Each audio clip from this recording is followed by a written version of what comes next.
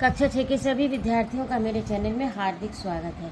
आज मैं उपस्थित हूँ आपकी हिंदी पाठ्य पुस्तक प्रज्ञा का पाठ 13 और इस पाठ का नाम है जंगल। ये एक कहानी है जिसे हम लोग पिछले अंक में पढ़ चुके हैं और ये कहानी प्रसिद्ध साहित्यकार, प्रसिद्ध कथाकार चित्रा मुदगल ने लिखी है।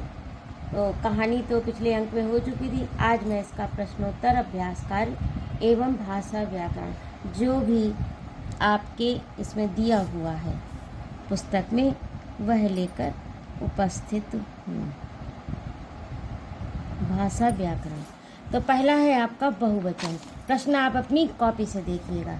तो पहला है आपका बहुवचन। तो ये शब्द दिए हैं आपकी प्रश्न आप अपनी पुस्तक से देखिएगा।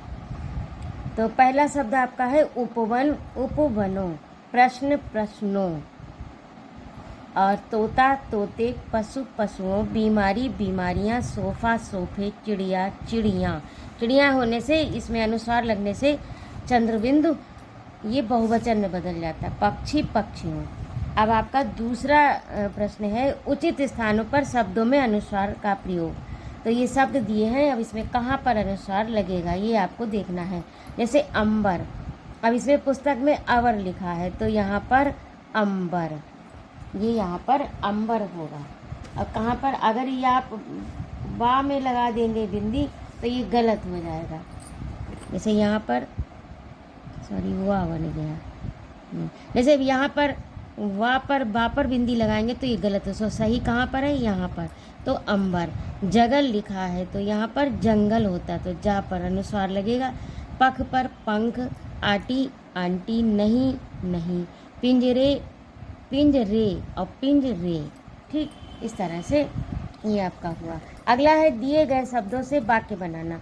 तो आपका पहला वाक्य है, पहला शब्द दिया है प्रतिक्रिया।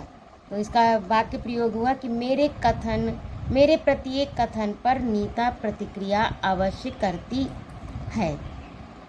और दूसरा है आपका धमा चौकड़ी। तो धमा चौकड़ी, बच्चे दिन भर धमा चौकड़ी किया करते हैं। और अगला है सफाचट, आज मैदान सफाचट है।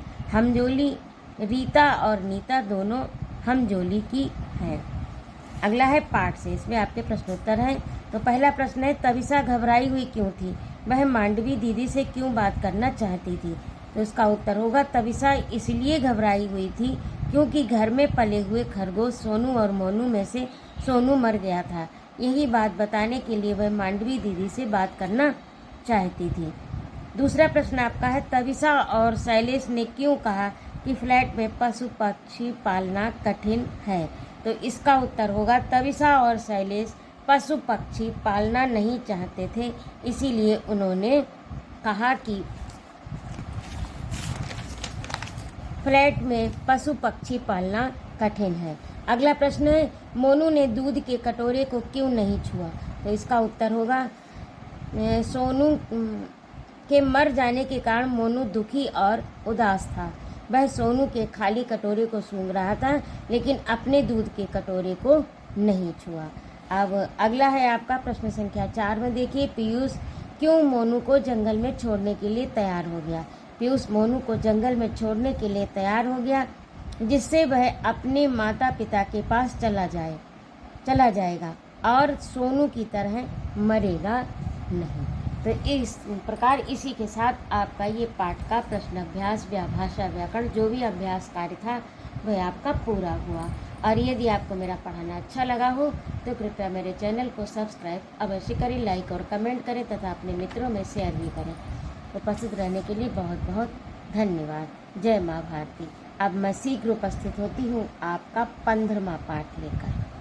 स्वस्थ रहिए, सानंद रहिए, खूब ज्ञानार्जन करिए और मेरे चैनल को सब्सक्राइब अवश्य करिएगा। जय माँ भारती।